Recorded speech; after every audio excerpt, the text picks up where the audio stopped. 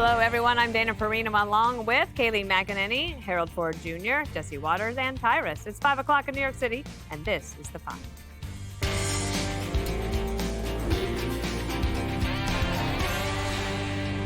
A heartbreaking farewell to Charlie Kirk. Nearly 100,000 people packed State Farm Stadium in Glendale, Arizona, an entire football stadium filled to capacity with overflow venues close by for a tribute to the conservative icon who reshaped American politics and championed the return of debate and civility.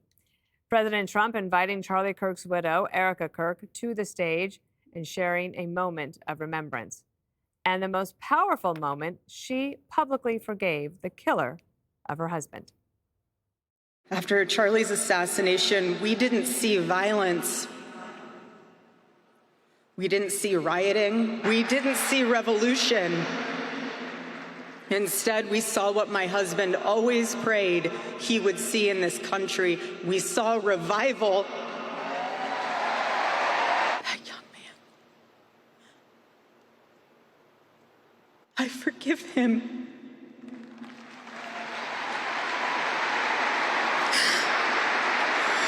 I forgive him because it was what Christ did and is what Charlie would do. The answer to hate is not hate. The answer we know from the gospel is love, and always love. And here's President Trump sharing his remembrance of Charlie Kirk. Our country was robbed of one of the brightest lights of our times, a giant of his generation, and above all, a devoted husband, father, son, Christian, and patriot. Our greatest evangelist for American liberty became immortal. He's a martyr now for American freedom. He did not hate his opponents. He wanted the best for them. That's where I disagreed with Charlie. I hate my opponent, and I don't want the best for them. I'm sorry. I am sorry, Erika. But now Erika can talk to me and the whole group, and maybe they can convince me that that's not right. It was a remarkable day. I watched everything from where I was, but Jesse, you were there and had an up close and personal experience. Charlie dreamed of yesterday. 100,000 people. It was broadcast on all three networks, all cables throughout the entire world, talking about faith, family, America first, the president, the cabinet. It was the perfect Charlie Kirk turning point event. And I know he was looking down and he was happy. Erika said something that stuck with me. She said, one time Charlie prayed and asked God, send me. And she said, you don't understand how powerful that is to ask God to do that, because God did. God, in his divine way, used Charlie. And I don't think we're capable of fully understanding why or how, but we're starting to figure it out. And he was a missionary. And it reminded everybody that Christianity really is the bedrock of Western civilization. And in a way, Charlie was the bedrock of this administration. And all the people there wouldn't have been there if it wasn't for Charlie Kirk. It made everybody, including myself and J.D. Vance, come out and say, I rarely talk about my Christian faith publicly. And in the last week, I've talked more about Jesus Christ than I ever have in my entire public life. I feel that way. The rest of the country, I know, feels that way. And that's a beautiful thing. Listening to the stories of everybody, the speaker lineup, talk about how he would wake up at 5 a.m. and work till 11 o'clock, how he would sleep on people's couches, how he didn't take a salary for the first 5 years, how he would just see somebody struggling and then pray for them. That's really who Charlie was. And I know that the American people are kind of struggling with how to understand this. And Donald Trump is struggling himself. You have Erika come out and you say, I forgive the person that killed my husband. I could never do that. I know many people in this country could not, after a week, say that. After years, say that.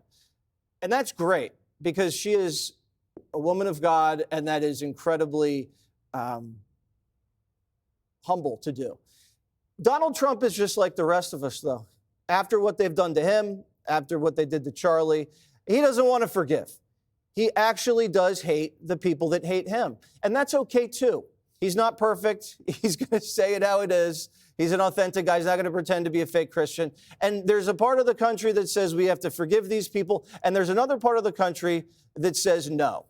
And that's where we are as a country. And that's okay. And we'll grow as a country, both factions together, and try to heal together.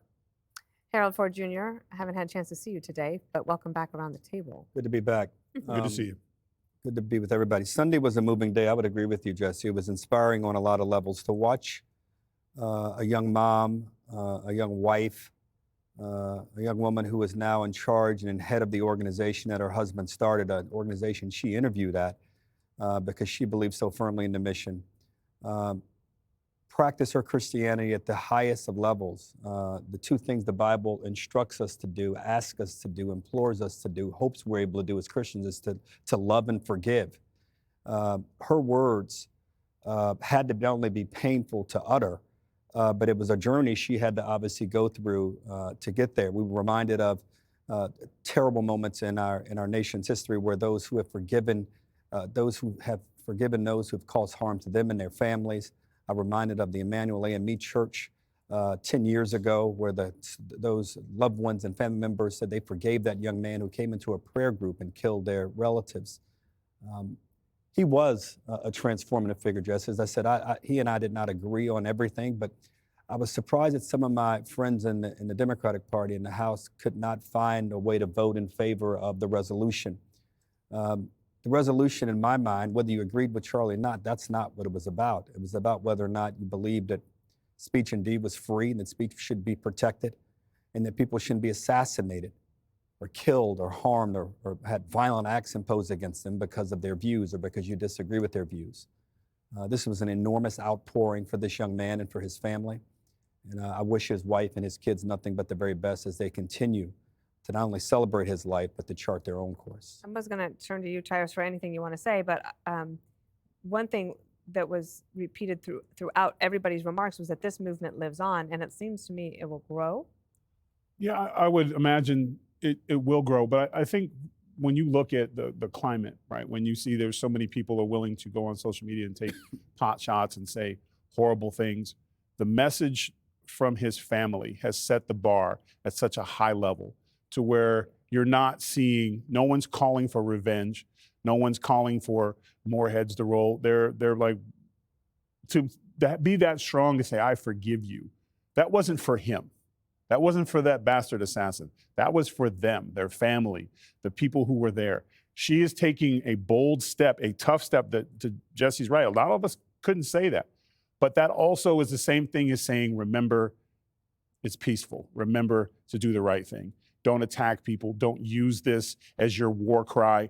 As we see on the other side, they're not able to do that right now. At least individuals who claim to be in the Democratic Party use the hate words and violence for anything that's wrong to them. I think that was the most powerful thing. Whether what your religious affiliation is or not, you can stand by that. You can be like, I need to be like that. And I need to respond in kind to that. If they're not doing, no one in there was chanting for anything horrible. Nobody wanted to see war or a civil war or we need retribution. It was all about love and honoring people and just being better to each other. And that message works for everyone, whether you go to church or you don't. That's the message that stuck with me. Kaylee, I thought you and Lawrence Jones did an incredible job yesterday. I appreciated that you guided me through the whole afternoon. And I wonder now that you've had a little bit of time to process that experience, being a young mother yourself of a newborn baby and knowing Erika, what you think now. Yeah, well, thank you, Dana. You know, I think back to this whole 12, 13-day period, and I think about September 9th. Erika said that Charlie couldn't sleep. She said he was so excited for this college tour. She said it was like an Olympic-style event for him. He would have whiteboards and he would diagram and plan, different thought patterns of how it could go with students. And he was ready. And he woke up and he said it was going to be a great day. And she was able to text him, I love you. And he went off to do his job, to engage in civil discourse. And she recounts in the New York Times about being on the plane, going to pick up her husband's body and looking out and seeing the clouds and seeing the mountains and thinking this was the last thing Charlie saw. And then when she told the doctor, yes, I do want to see his body, she said he had a half smile on his face. And she knew the moment that bullet hit him, when he closed his eyes, the next thing he saw was Jesus Christ. And I think about this incredible woman you're looking at. And I think she incurred tragedy at the deepest possible level. And she chose to turn it into triumph. And because of Erika Kirk and the courage she had to say, I forgive you, and to say, thy will be done, and to say to the New York Times, his plan is greater than my own. I'm a strong believer this was God's plan.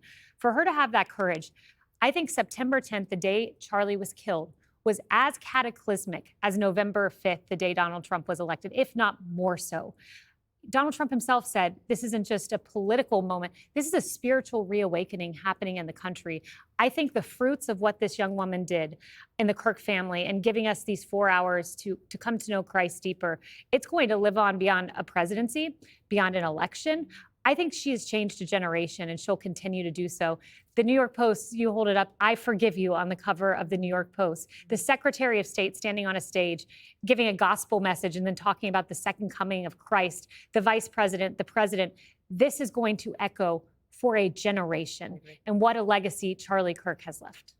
All right, thank you, everyone. Up next, Jimmy Kimmel, believe it or not, he's set to return to air after making false comments about the suspected killer of Charlie Kirk.